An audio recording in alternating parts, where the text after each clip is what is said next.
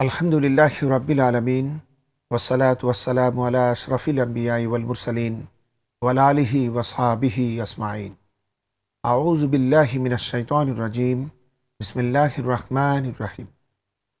সম্মানিত দর্শক শ্রোতাবৃন্দ, ভাই এবং বোনেরা, আসসালামু আলাইকুম ওয়া রাহমাতুল্লাহি ওয়া বারাকাতুহু। আমরা আল্লাহ রাব্বুল আলামিনের অফুরন্ত মেহেরবানির শুকরিয়া জানাই, যিনি প্রতিদিনকার মতো আজও আমাদেরকে ইসলামিক টিভি কর্তৃক আয়োজিত আজকের এই মহাজীবন অনুষ্ঠানে আমাদেরকে উপস্থিত থাকার সুযোগ করে দিলেন। এজন্য আমরা পড়ি আলহামদুলিল্লাহ। সম্মানিত ভাই এবং বোনেরা, বিগত পর্বে আমরা আলোচনা করেছি হযরত আলী রাদিয়াল্লাহু তাআলা আনহুর ব্যবহার যা তিনি দাস দাসীদের প্রতি করেছেন। একথা বলতে গিয়ে আমরা কোরআন সুন্নাহর দৃষ্টান্ত পরিবেশন করেছি এবং হযরত আলী রাদিয়াল্লাহু তাআলা আনহুর জীবন চিত্র আপনাদের সামনে তুলে ধরার জন্য চেষ্টা করেছি। সম্মানিত ভাই এবং বোনেরা, আমরা আজকের আলোচনায় বলতে চাচ্ছি ইসলামের যে কেন্দ্রীয় বিষয় হচ্ছে বাইতুল মাল। এই বাইতুল মাল এবং হযরত আলী রাদিয়াল্লাহু তাআলা আনহু বাইতুল মালকে তিনি কিভাবে ব্যবহার করেছেন মানবতার খেদমতে, এবং তিনি নিজের জন্য কীরকম তিনি এই বাইতুল মালের নিজ এবং পরিবার নিজের স্বজনদের সাথে এই বাইতুল মালকে কেমন করে তিনি ব্যবহার করেছেন, সেই বিষয়টা আমরা আপনাদের সামনে আজ তুলে ধরতে চাই। আসলে বাইতুল মাল হচ্ছে ইসলামের রাষ্ট্রের একটি গুরুত্বপূর্ণ বিষয়। খোলাফায়ে রাশিদিন যারা ছিলেন তারা সকলেই রাসূল পাক সাল্লাল্লাহু আলাইহি ওয়াসাল্লাম থেকে শিক্ষা অর্জন করেছিলেন যে বাইতুল মাল হচ্ছে আল্লাহ পাক এবং জনগণের এক পবিত্র আমানত, যে আমানত অর্পণ করা হয় রাষ্ট্রপ্রধানের হাতে, এবং এই বাইতুল মালের সাথে তার ব্যবহারের উপরে নির্ভর করে আল্লাহ পাকের কাছে তার পুরস্কার এবং তিরস্কার, আল্লাহ পাকের কাছে পরিণামে তার মর্যাদা কিংবা শাস্তি।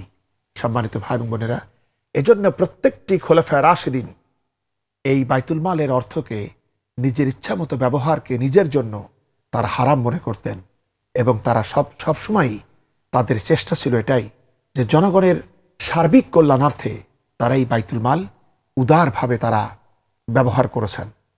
হযরত আবু বকর সিদ্দিক রাদিয়াল্লাহু তাআলা আনহু বাইতুল মালকে যেভাবে ব্যবহার করতেন, রাসূল পাক সাল্লাল্লাহু আলাইহি সাল্লাম যেভাবে ব্যবহার করতেন, হযরত আলী রাদিয়াল্লাহু তাআলা আনহু বাইতুল মালকে সেভাবেই ব্যবহার করেছেন। হযরত উমর ফারুক রাদিয়াল্লাহু তাআলা আনহুর সাথে বাইতুল মালের ব্যবহারের ব্যাপারে তার দৃষ্টিভঙ্গির কিছুটা পার্থক্য ছিল। তা হচ্ছে এই, হযরত উমর রাদিয়াল্লাহু তাআলা আনহু চাইতেন প্রয়োজন অনুপাতে ব্যবহার করার পর যেটা থেকে যাবে সেটা তিনি জমায় রাখতেন ভবিষ্যতের প্রয়োজনে। কারণ বলা তো যায় না কখন এই ইসলামী রাষ্ট্রে কখন কি সমস্যা হয়, যুদ্ধ বিগ্রহ তো লেগেই থাকতো। সুতরাং এর জন্য ভবিষ্যতের চিন্তা করে তিনি বাইতুল মালে সঞ্চয়ও করতেন। কিন্তু হযরত আবু বকর সিদ্দিক রাদিয়াল্লাহু তাআলা আনহু নিজের সঞ্চয় করতেন না, হযরত আলী রাদিয়াল্লাহু তাআলা আনহু সঞ্চয় করতেন না। তাদের বিষয়টা ছিল আত্মশুদ্ধি। তারা চিন্তা করতেন বাইতুল মালের এই আমানত যতক্ষণ পর্যন্ত আমার হাতে আছে, এটা যদি জনগণের আমানত যদি আমি রেখে দেই, তাহলে না জানি যদি কখনো বন্টন করতে গিয়ে ইনসাফের বিপরীত কোনো কিছু করে ফেলি, হয়তো কোনো মানুষের প্রয়োজন কিন্তু আমি জানতে পারি নাই, আমি তাকে দিতে পারি নাই, কিন্তু আমার কাছে অর্থ আছে, এই অর্থের অভাবে কোনো মানবত্বা যদি কষ্টে পড়ে, তাহলে আল্লাহ পাকের কাছে আমাকে জবাবদিহি করতে হবে। যতক্ষণ বাইতুল মাল আছে ততক্ষণই তো আমার জন্য পরীক্ষা, এটা মনে করে তিনি সঙ্গে সঙ্গেই বিতরণ করে দিতেন। এটারই তিনি পক্ষপাতী ছিলেন। যাই হোক, হযরত আলী রাদিয়াল্লাহু তাআলা আনহু তিনি জানতেন যে বাইতুল মাল থেকে একজন খলিফা তিনি শীতে এবং গ্রীষ্মে 2 জোড়া কাপড়ই শুধুমাত্র নিতে পারে।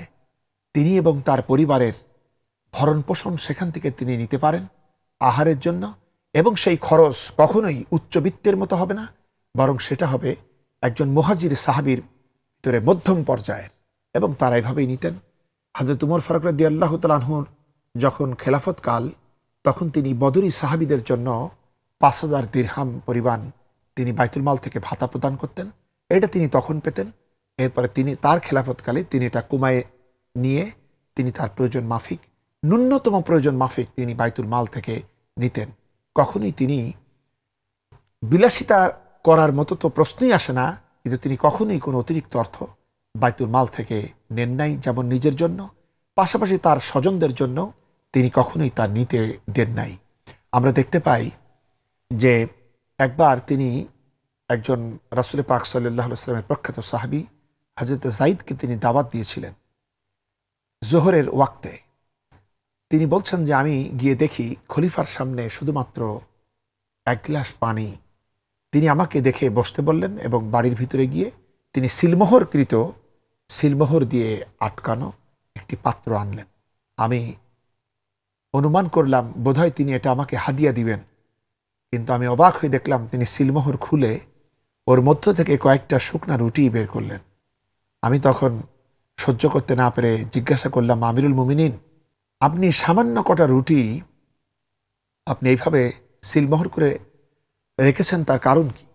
কোনো বর্ণনা এসছে তিনি সিলমোহরকৃত পাত্র থেকে তিনি সামান্য কিছু ছাতু বের করলেন এবং সেইটা তিনি সামনে রাখা পানির পাত্রের মধ্যে দিয়ে নিজ হাতে সেটা তিনি গুলাইতে থাকলেন। তখন তিনি প্রশ্ন করলেন যে এই সামান্য খাবার আপনি পাত্রের ভিতরে এইভাবে সিলমোহর করে রেখেছেন, তার কারণ কি? আপনি কি মনে করেন যে এটা কোনো চোর চুরি করবে? এটা তো চোরের চুরি করার বস্তু নয়, এটা তো খোলা রাখলেও কেউ নিবে না। তখন হযরতে আলী রাদিয়াল্লাহু তাআলা আনহু বললেন, আমি জানি, কিন্তু আমি চুরির ভয়ে এরকম করি নাই। আমি করেছি এজন্য যে আমার আশঙ্কা হয় আমার এই খাবার যদি খোলা থাকে তাহলে আমার ছেলেমেয়েরা এর ভিতরে মাখন কিংবা কোনো উপাদেয় খাবার এর সাথে সংযোগ করে দেবে, যেন তারা না পারে, এজন্য আমি এই ব্যবস্থা করেছি। সম্মানিত ভাই এবং বোনেরা, আমরা বুঝতে পারছি যে হযরত আলী রাদিয়াল্লাহু তাআলা আনহু নিজের ব্যক্তিগত কারণে, নিজের ব্যক্তি স্বার্থে বাইতুল মালকে তিনি ব্যবহার করেন নাই। এবং আমরা আরও দেখতে পাই যে একজন ব্যক্তি যার নাম হচ্ছিল হারুন ইবনে আনসা, তিনি একবার বলেন যে আমি আমার পিতার সাথে হযরত আলী রাদিয়াল্লাহু তাআলা আনহুর সাথে সাক্ষাতের জন্য গিয়েছিলাম। গিয়ে দেখতে পেলাম প্রচণ্ড শীতে আমিরুল মুমিনিন তিনি শীতে থরথর করে কাঁপছেন। তার পরনে একটি পাতলা চাদর, তাও ছিল সেটা তালিযুক্ত, ছেঁড়া। তখন আমার পিতা তাকে জিজ্ঞাসা করলেন যে আমিরুল মুমিনিন, আপনি এত কষ্ট কেন করছেন? বাইতুল মালে তো আপনারও হক আছে, সুতরাং আপনি সেখান থেকে নিয়ে তো নিজের শান্তির একটা ব্যবস্থা আপনি করতে পারেন।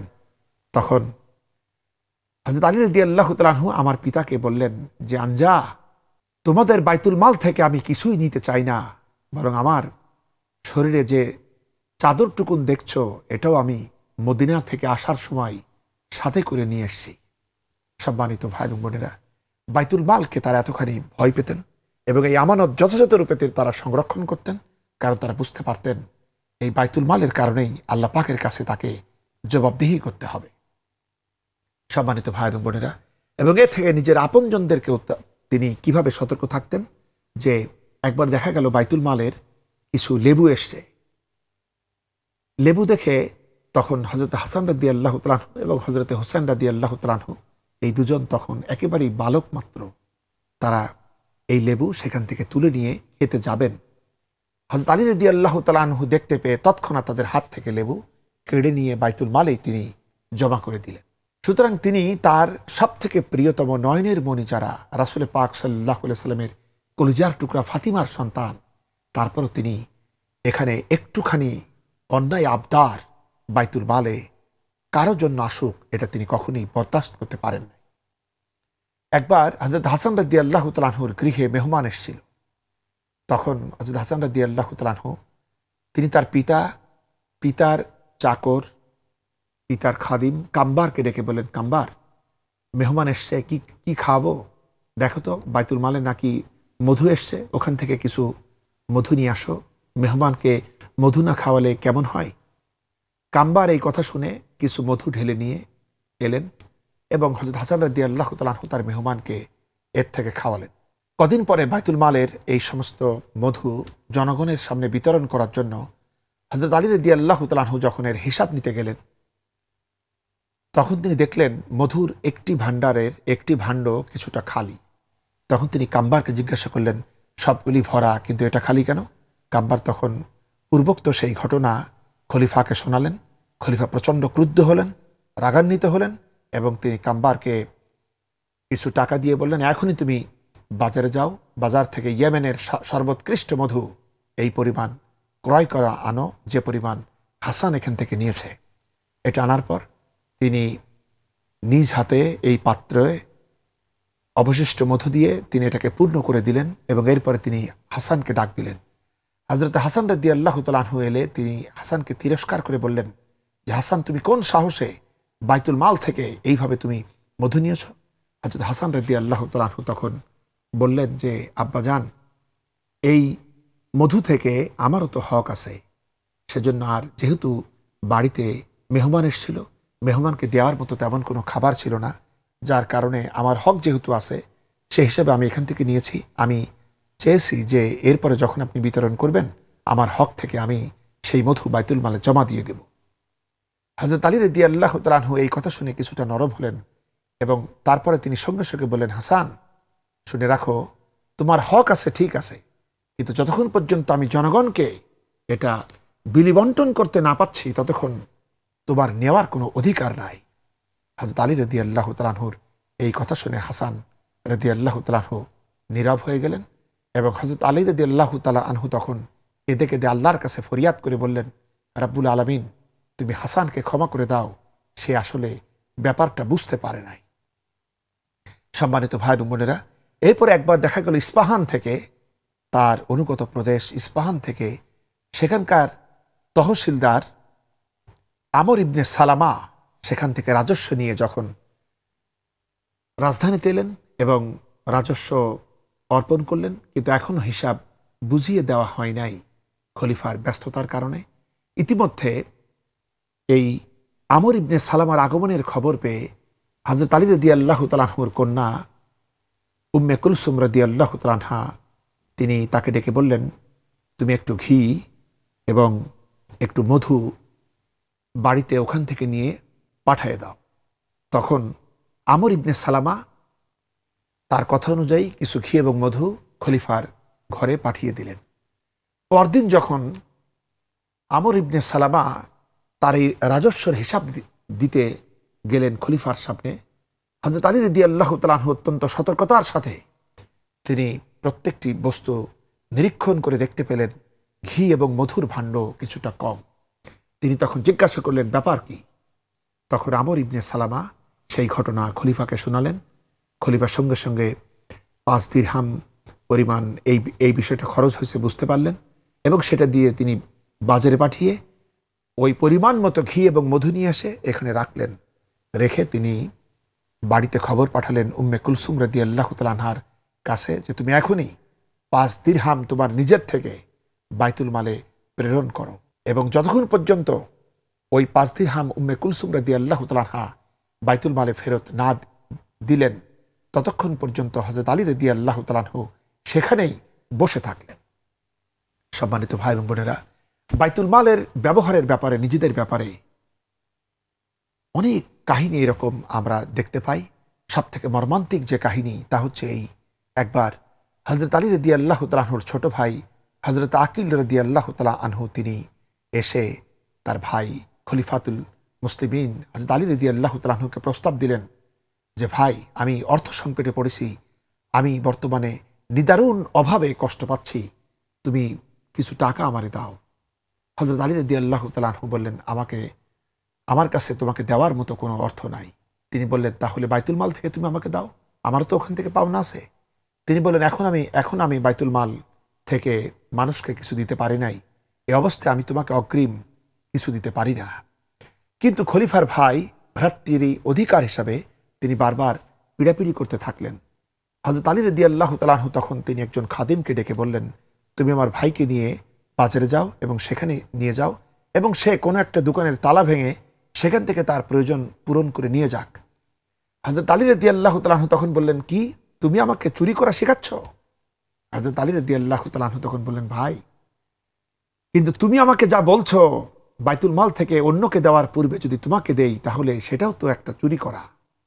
কিন্তু তার এই ন্যায় কথা শুনে তার ভাই মেনে নিতে পারলেন না এবং আকিল রাদিয়াল্লাহু তাআলা আনহু তখন খলিফাকে হুমকি দিলেন এই কথা বলে, তুমি যদি আমাকে না দাও তাহলে আমি কিন্তু তোমার দুশমন হযরত মুয়াবিয়া রাদিয়াল্লাহু তাআলা আনহুর কাছে চলে যাব। তিনি বললেন, তোমার খুশি, তুমি তা যেতে পারো, কিন্তু বিন্দু পরিমাণ অন্যায় করা আমার পক্ষে সম্ভব নয়। সম্মানিত ভাই এবং বোনেরা, হযরত আলী রাদিয়াল্লাহু তাআলা আনহু এইভাবে তিনি এতখানি কঠোরতা আরোপ করেছেন, এতখানি নিয়মতান্ত্রিকতার ভিতর দিয়ে বাইতুল মালের ব্যবহার তিনি করেছেন। একবার তিনি বাইতুল মাল থেকে জনগণকে তাদের হক প্রদান করছিলেন। সবাইকে দেওয়ার পর দেখা গেল সব যখন দেওয়া শেষ হয়ে গেল, তখন একজন বৃদ্ধা বললেন, তিনি অভিযোগ করলেন যে আমাকে যা যা দেওয়া হয়েছে তা আমার প্রয়োজনের জন্য যথেষ্ট নয়। শোনামাত্রই হযরত আলী রাদিয়াল্লাহু তাআলা আনহু নিজের হক থেকে তিনি সেই বৃদ্ধাকে প্রদান করলেন। এরপর তিনি বাইতুল মাল ঝাড়ু দিয়ে পরিষ্কার করে সেখানে 2 রাকাত শুকরানা নামাজ আদায় করে রিক্ত হস্তে শূন্য হাতে নিজের পরিবারের কাছে বাড়ির দিকে তিনি ফিরে চললেন। সম্মানিত ভাই এবং বোনেরা, এইভাবে হযরত আলী রাদিয়াল্লাহু তাআলা আনহু তিনি বাইতুল মালকে তিনি ব্যবহার করেছেন এবং কখনো তিনি বিন্দু পরিমাণ সুযোগ নেওয়ার চেষ্টা তিনি কোনোদিন করেন নাই। তিনি যখন বাজারে যেতেন, বাজারে গিয়েও তিনি বাজারের মূল্যের খোঁজখবর নিতেন, যেন জনগণ কোনো বিক্রেতা দ্বারা যেন না ক্ষতিগ্রস্ত হয়। এবং তিনি নিজে যখন তার প্রয়োজনের কোনো মালামাল ক্রয় করতে যেতেন, তিনি কখনো তার পরিচিত দোকানে কিনতেন না, কারণ দোকানদার পরিচিত হলে খলিফার কাছ থেকে মূল্য কম রাখত কিংবা না নেওয়ার চেষ্টা করত।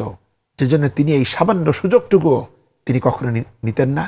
তিনি সময় নিয়ে খোঁজ নিতেন যে এই বাজারে বাইরের কোনো বিক্রেতা এসেছে কিনা, যে তাকে চেনে না, তিনি তার কাছ থেকেই মালামাল ক্রয় করতেন। সম্মানিত ভাই এবং বোনেরা, তিনি বাইতুল মাল থেকে নিজের খরচের জন্য এমন পরিমাণ নিতেন যে তিনি তার সারা জীবনেও কোনোদিন শান্তিতে আরামে বিলাসিতায় তিনি কখনো থাকেননি। তিনি যা নিতেন তা দিয়ে তার পরনের যে কাপড় হতো সেটাও দেখা যেত হাঁটু এবং গোড়ালির মাঝামাঝি পর্যায়ে এসে ঠেকত। এবং তিনি এইভাবে খুবই ন্যূনতম খরচ দিয়ে তিনি বাইতুল মাল থেকে নিতেন, এবং কিন্তু তিনি জনগণকে তিনি উদার হস্তে তিনি বিতরণ করতেন। এর কারণ হচ্ছে তাদের অন্তরের ভিতরে ছিল পরকালের জবাবদিহির ভয়। তারা সর্বদাই সচেতন থাকতো, এই পৃথিবী আমার নয়, এই পৃথিবীর সব কিছু যদি আমি নেই তাতে কোনো লাভ নাই, এটা হচ্ছে ক্ষণস্থায়ী, বরং আমার সেই চিরস্থায়ী ঘর যেটা হবে জান্নাত, সেখানে যেন আমরা ক্ষতিগ্রস্ত না হই, সে ব্যাপারেই তিনি সাবধান থাকতেন। একদিন আমরা দেখতে পাই হযরত আলী রাদিয়াল্লাহু তাআলা আনহু তিনি পথ চলছেন, যেতে গিয়ে তিনি একটি কবর দেখতে পেলেন। সেই কবরের কাছে দাঁড়িয়ে তিনি কবরবাসীকে সালাম দিয়ে বললেন, কবরওয়ালা, তুমি কেমন আছো আমি তা জানি না, কিন্তু আর আমি কেমন আছি তাও তুমি জানো না, এবং তোমার ক্ষমতাও নাই তুমি কেমন আছো সেই খবর তুমি আমারে শোনাবা। কিন্তু তুমি দুনিয়া থেকে বিদায় হওয়ার পর তুমি যা কিছু রেখে গিয়েছিলে সেগুলোর একটা খবর আমি তোমাকে শোনাতে পারি। তুমি মন দিয়ে শোনো, হে কবরবাসী শোনো। তুমি যে সুন্দরী স্ত্রী পৃথিবীতে রেখে এসেছিলে, তোমার ইন্তেকালের পর মাত্র কয়েকদিন পর সেই সুন্দরী স্ত্রী আরেকজনের সাথে তার বিয়ে হয়ে গিয়েছে। তুমি যে সম্পদ এবং সম্পত্তি তোমার স্বজনদের জন্য রেখে এসেছিলে, তারা কয়েকদিন কান্নাকাটির পর তারা সব তোমাকে ভুলে গেছে, এবং তারা তোমার পরিত্যক্ত সম্পদ রাজি তারা নিজেদের মাঝে বন্টন করে নিয়েছে।